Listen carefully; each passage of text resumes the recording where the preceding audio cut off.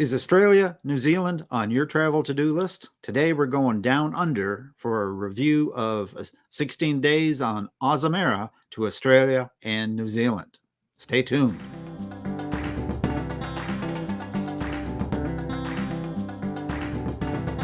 My special guest today is Maria Lindsey of Cruise and Travel Specialists. Maria makes her home in Southern California and enjoys serving her clients in and around California and across the country for the last 20 plus years. Hi, Maria. Welcome back to RTE Travel Talk. Hey, Ken. How are you doing? It's good to be back. I'm doing fantastic. It's great to have you back with us.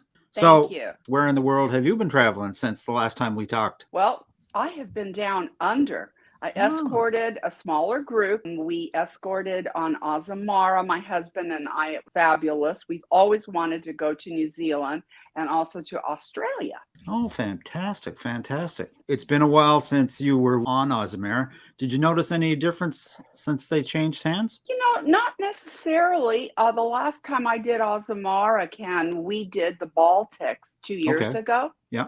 And it was such a great cruise that we decided when we did New Zealand and Australia to go with Azamara again. Okay. So obviously you have all kinds of luxury cruise lines to choose from when you're doing something like this. How do you find Azamara comparing to the other luxury lines, say, for example, Silver Sea or perhaps Oceania, something like that? You know, we went with them because they were the most port extensive of all the others that were offering cruises for New Zealand and Australia. And we really wanted to see New Zealand. And so we did Azamara with 9 ports in New Zealand during our 16-night cruise with them. That also included the Milford Sound, which was spectacular. So if you want to look at it, it's more like 10 ports. And then they did 3 in Australia. So it really gave us an opportunity to see both the North and the South Island. Okay. So it was definitely a port-intensive cruise. Absolutely. And they spend a lot of time in port, which is also great because it gives you an opportunity to not only do tours, but also spend time in the towns and, you know, get out there and explore. Now, luxury cruise lines tend to be fairly all-inclusive. So obviously this 16-day voyage was really port-intensive and included a lot of shore excursions. Does Azamara include shore excursions as part of your voyage? Azamara has a really good variety of excursions at each and every one of their ports. I, as a travel agent, decided to go with Viator because Viator prices tend to be less expensive. And as an experienced traveler and as an agent, I'm not hesitant to use third party because I know they'll get us back to the ship on time and all of that good stuff. Got it. So Azamara has a great selection of excursions themselves. Yes. For those folks that want the extra comfort of using the company cruise lines, or you can choose a third-party option, both of which are extra over and above what you would pay for the voyage. Yes, correct? they are.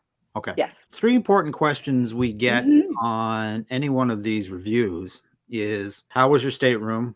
What was the food like? And tell me about the entertainment. Maybe we should start with, how did you find your stateroom? This time we went with the highest priced veranda cabin. Okay. And it was fine. When we did the Baltic cruise, we did have an option, and I think this is a really nice thing that Azamara offers. If they don't sell out all of their suites, you have an option to bid and get, hopefully, a suite. We did this on the Baltic cruise, and we got a suite, which was fabulous. We tried doing it again with the New Zealand Australia cruise, and our bid wasn't high enough, and so we did not get into a suite. But the veranda cabin was fine. They're very clean, they're very functional. I love the bedding.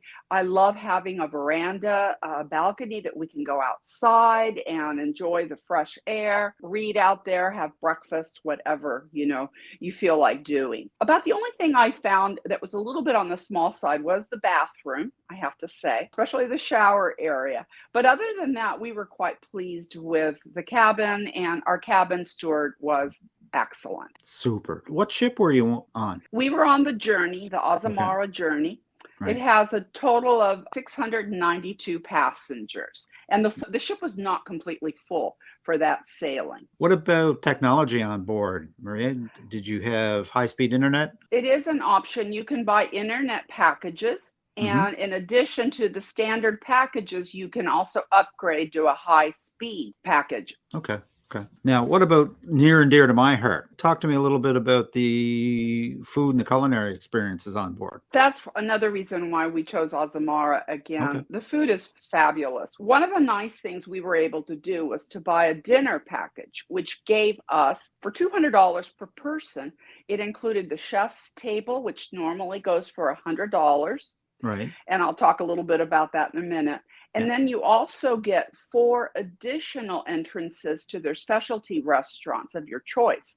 And they have a steakhouse, which is great, incredible cuts of meat, including Chateaubriand. And then they also have a more Italian seafood restaurant, which we enjoyed too. When you're in a suite, access to these restaurants are automatic, as is their own concierge area and their own bar area and, dining breakfast area. But for us that were just in a veranda and not in a suite, we love the fact that for $400 for the two of us, we were able to eat some incredible food. And I have to say, the food is excellent.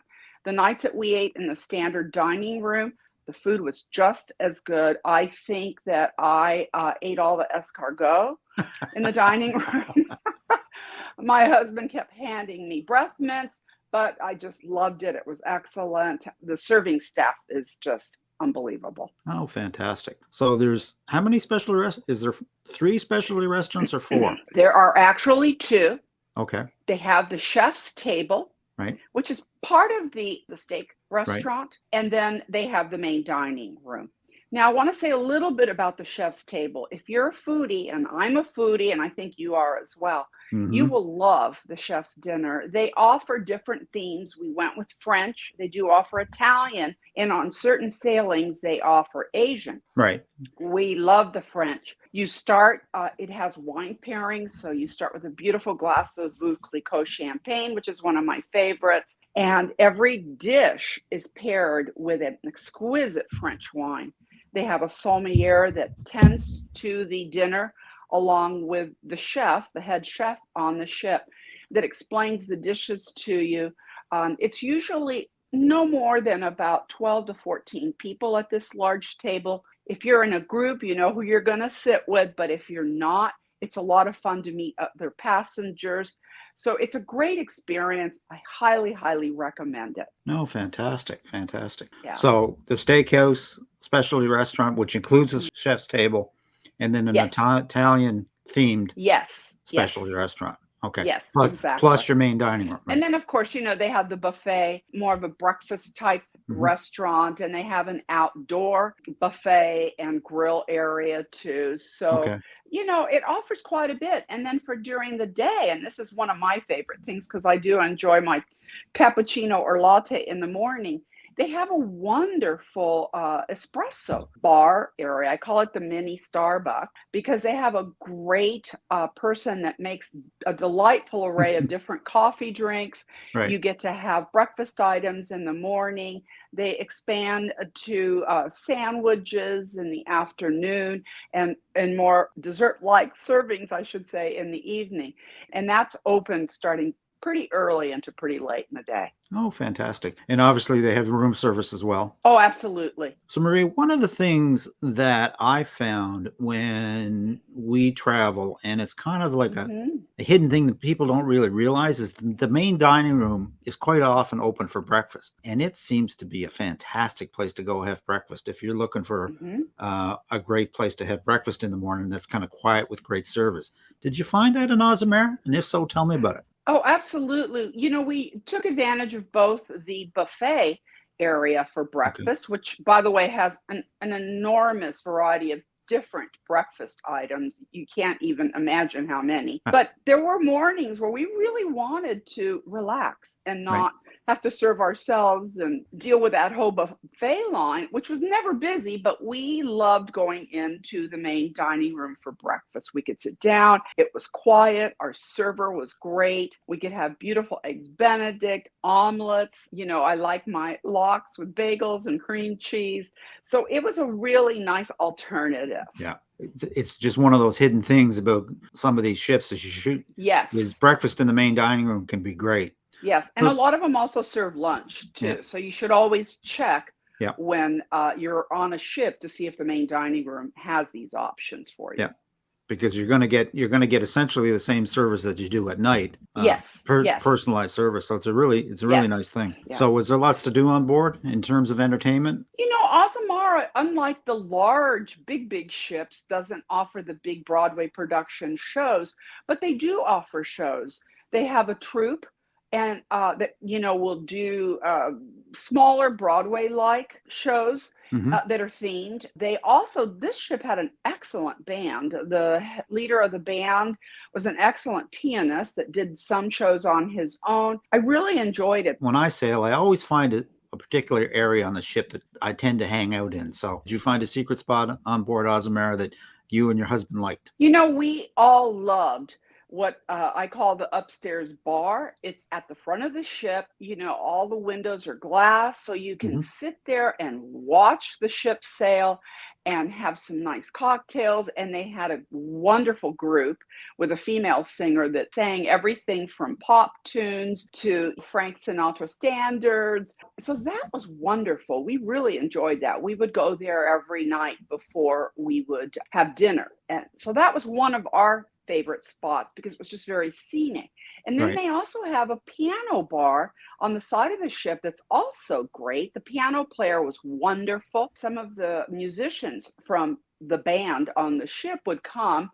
There was one in particular that played beautiful sax tunes, Kenny G style. You know, it was great. That was another place that I thought was kind of a hidden gem to go to. So Australia and New Zealand is on my travel to-do list. Tell me a little bit about your itinerary.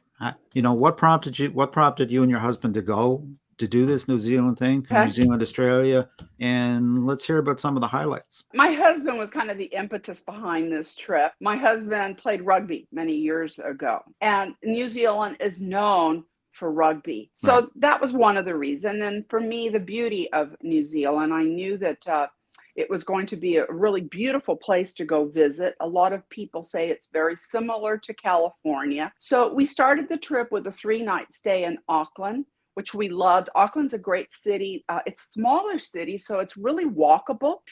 We went to Wahiki, the island that you take a ferry to one day, and it's known for all the wineries there, for their resort style homes that are in the millions.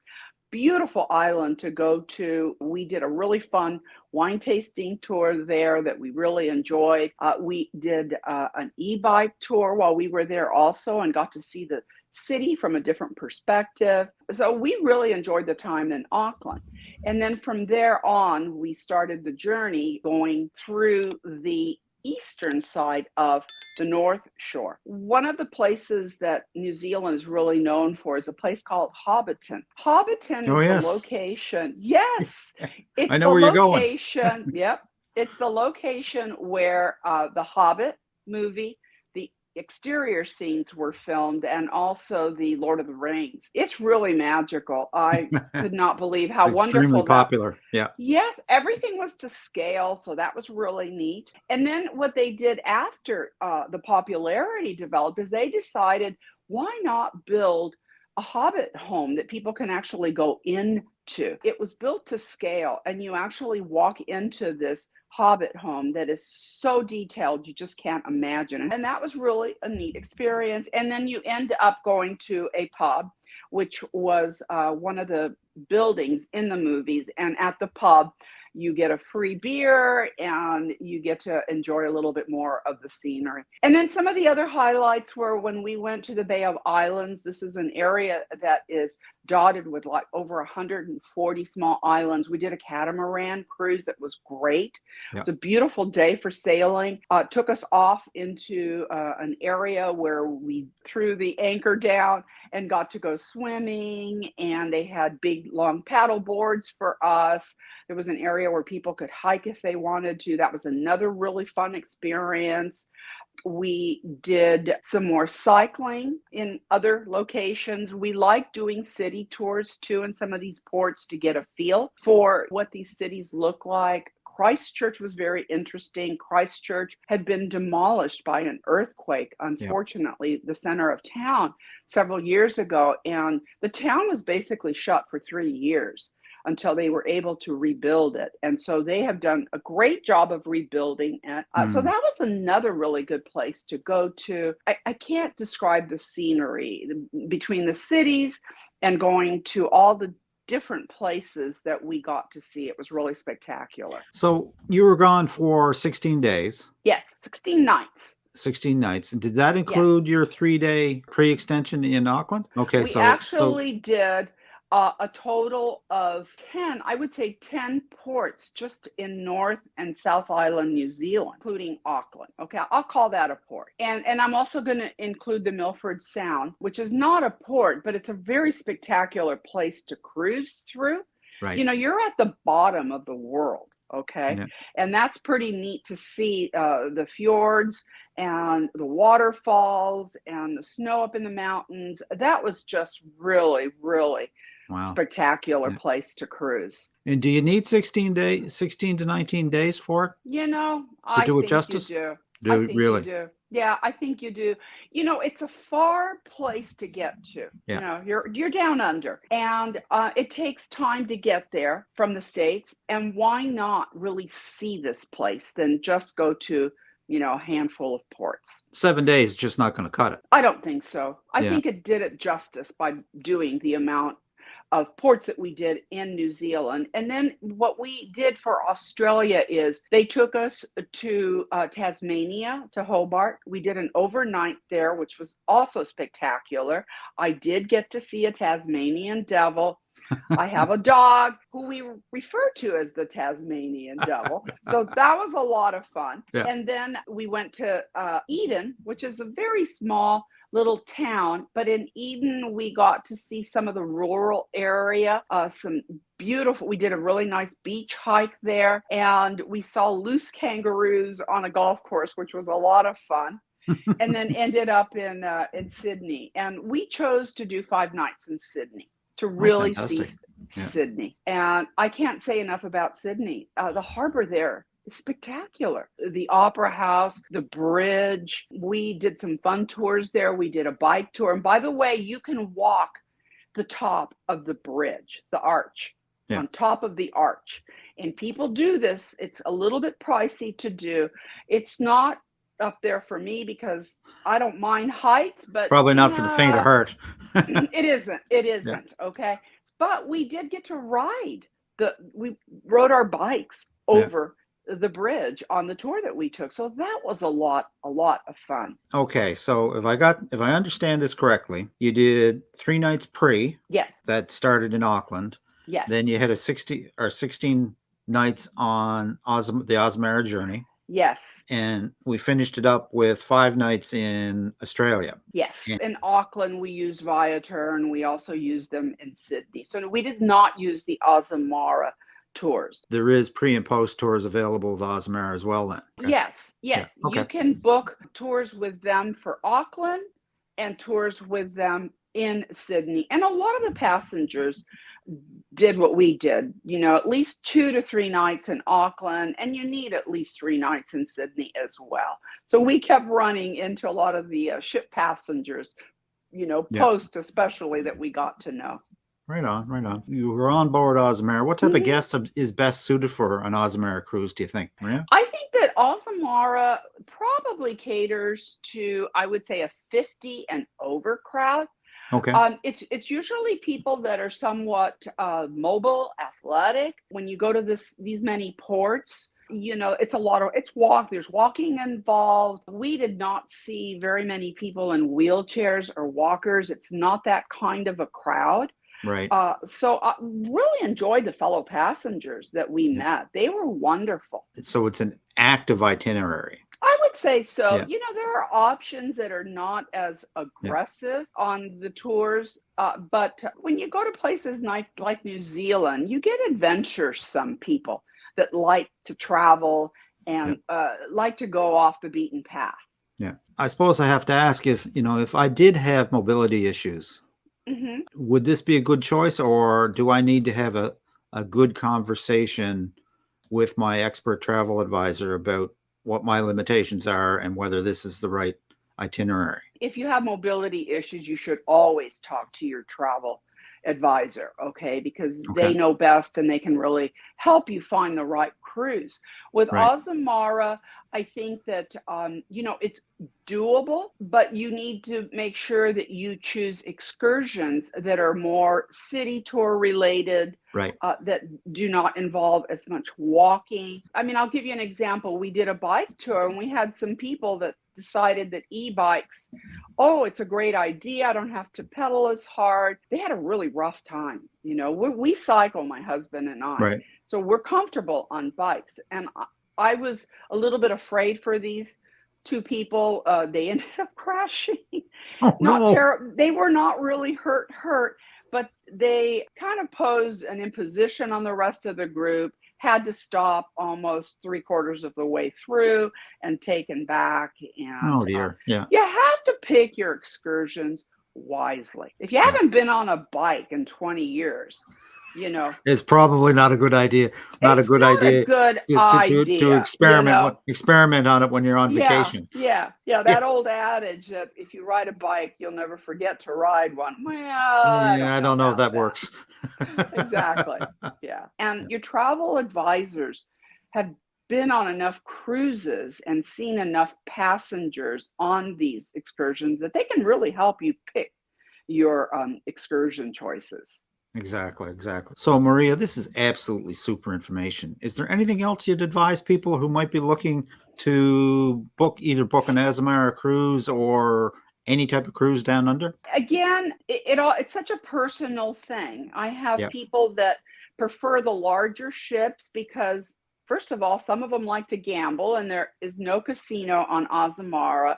And some of the other smaller luxury ships, they are into the big shows. They like a lot more variety, Right. restaurants for choices, and they don't mind the crowds. But when you're on a huge ship and you come to port and there's 3,000 people or more, it's going to take longer to get off the ship. You're not going to be in port for as long.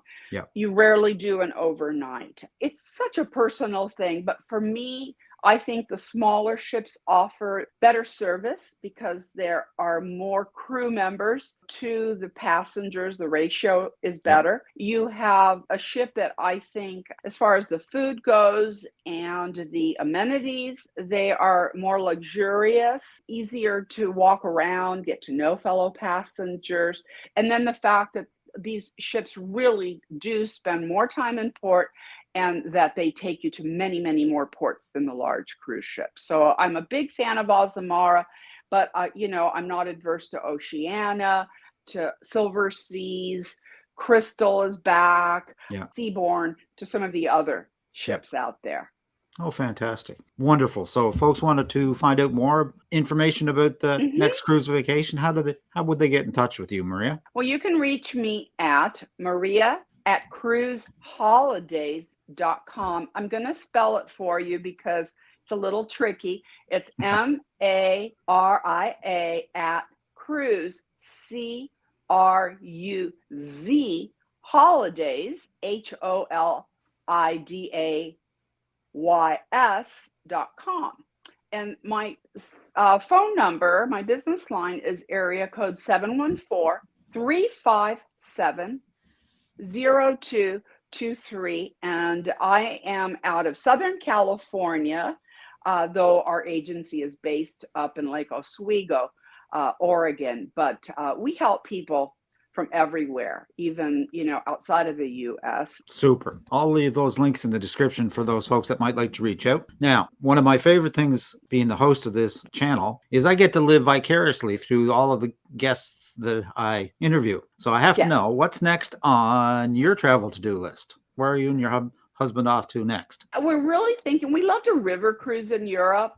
That's always been a favorite thing of ours. So Mhm. we're thinking about doing Budapest to Bucharest, doing the Eastern European countries like Romania. Not too many people travel to, but they're very unique. When we went to Budapest, when we did the Danube, we totally fell in love with Budapest. What a phenomenal city, and the people couldn't be nicer. So we thought we would again do some more pre-time in Budapest, experience that wonderful city, and then work our way over to Turkey and do a land tour in the Turkey Oh, area. super. Yeah, yeah. Well, Romania and the lower part of the Danube is on my travel to-do list too, because I have Good, ancestors in good. Romania. Mhm. We're going to have you back to regale us with your adventures on the lower Danube. How does that sound? That sounds great, and I think we're going to do that next spring. That's my next big goal. Super. Well, with that, Maria, I'm just going to wish you smooth sailing on all your future cruises and destinations. May the wind always be at your back, and I hope to see the two of you on a Lido deck sometime soon in the future. Thank you, Ken. Really appreciate this time with you. Take care. Bye-bye. And that about wraps it up for today, folks. A very special thanks to my guest, Maria Lindsey of Cruise and Travel Specialists. If you'd like to reach Maria, I will leave her contact information in the description. If you would like to reach us with a suggestion for a future interview or question, you can send a question to questions@realtravelexperts.com. Visit our website, realtravelexperts.com, or simply leave a comment. We always respond. And as always, folks, if you enjoy this content, a like, subscribe, share, and ring of the bell is certainly appreciated and helps us to spread the word. So until next time, happy travels.